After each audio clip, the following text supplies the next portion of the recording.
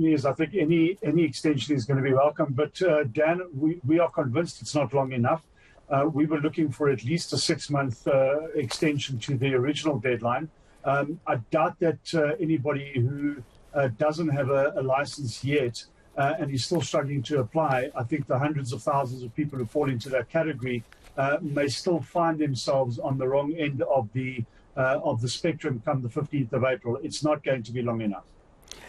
But is the blame entirely on government, or should we as motorists also take a little bit of it? Because from the numbers I've seen, they've come down, but yet even with the March deadline, the numbers are not picking up of people going and trying and getting their licenses renewed. Yeah, absolutely. I mean, I totally agree with that statement. I think it's incumbent upon anybody who needs to get these documents to actually do that, to make every effort to get those documents. And yes, I think you're 100% correct, and I concur. There is an element of procrastination that does creep in. However, having said that, it's incumbent upon government to create structures and to create a framework and to create systems that are conducive for people to get these documents.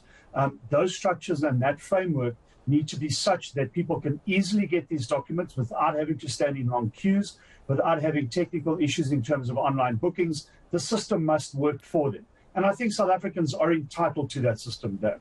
And if that system is not created, then people who try once and twice or 3 times and fail are going to be saying to themselves, well, you know, I'm not going to carry on trying because the system is working against me. And that's the type of feedback we're getting. So yes, there is a responsibility and an obligation on motorists to actually do that and to go get those documents. But if the system isn't working with them, then many are simply going to throw in the towel.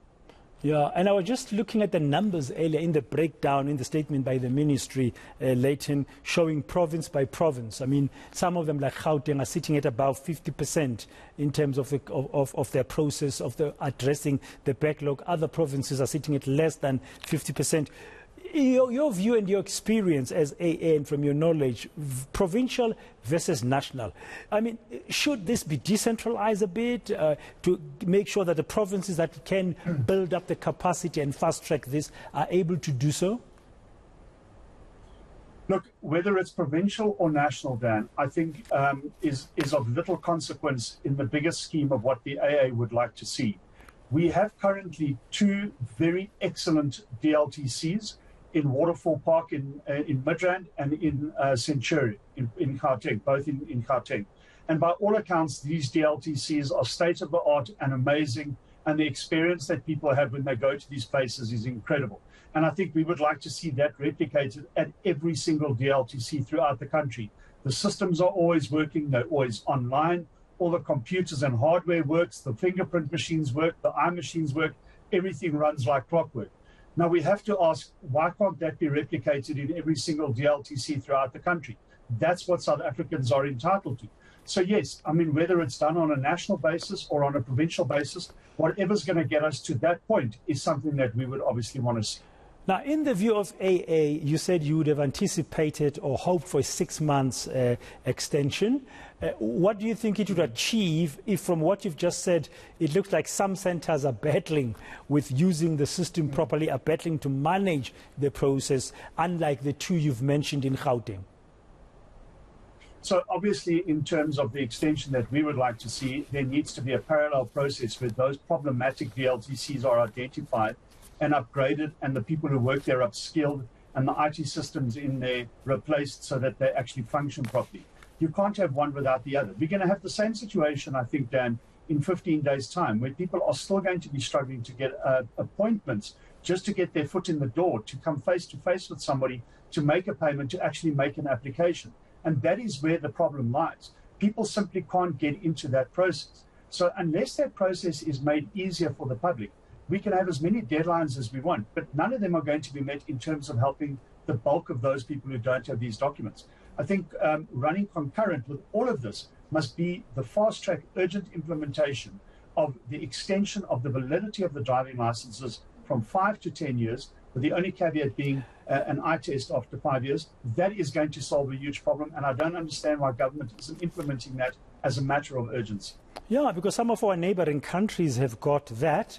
I mean, I got my first driver's license in Maputo many years ago, and it was valid for quite a long time before you then go for another eye test and get a license a renewal. 10 years sounds like a very reasonable period, and I wonder why government wouldn't do that. The experience of those countries that the AA has studied, Leighton, with a 10-year valid driver's license, how has that been?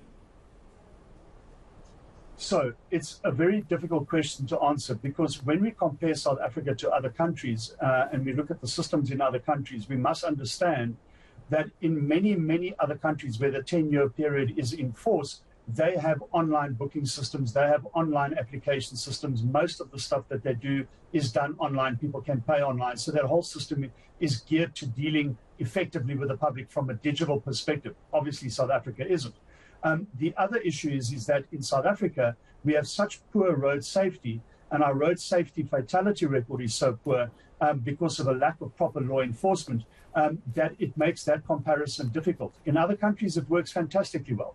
People get their licenses and they renew after 10 years, and they have their eyes tested. In many countries, in one or two countries, it's even longer than that.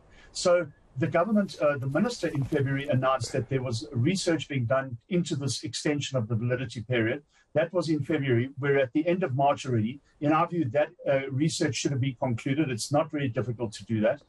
It needs to be implemented as a matter of urgency. And the funny thing about all of this, Dan, is that should that happen, it will ease the current pressure on the DLTC significantly, and the government itself will find itself in a position where it has the space to actually replicate those great DLTCs across the country. So it's a win-win for everybody, and we think it should happen.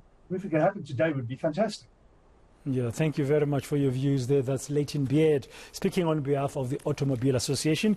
They would have hoped that Fikile Mbalula would have extended the grace period for the renewal of those driver's licenses that expired during the pandemic for another 6 months. But he's only given motorists another 2 weeks. So make hay, as they say, while the sun shines, and good luck, and let's see. But the last point, and just a view on it from me, about a 5-year driver's license versus a 10-year driver's license, I think with the challenges we're facing, it will be very, very reasonable and a good thing to do to move it to a 10-year validity, our driver's license. It happens in other countries, and the world hasn't fallen apart. More news on the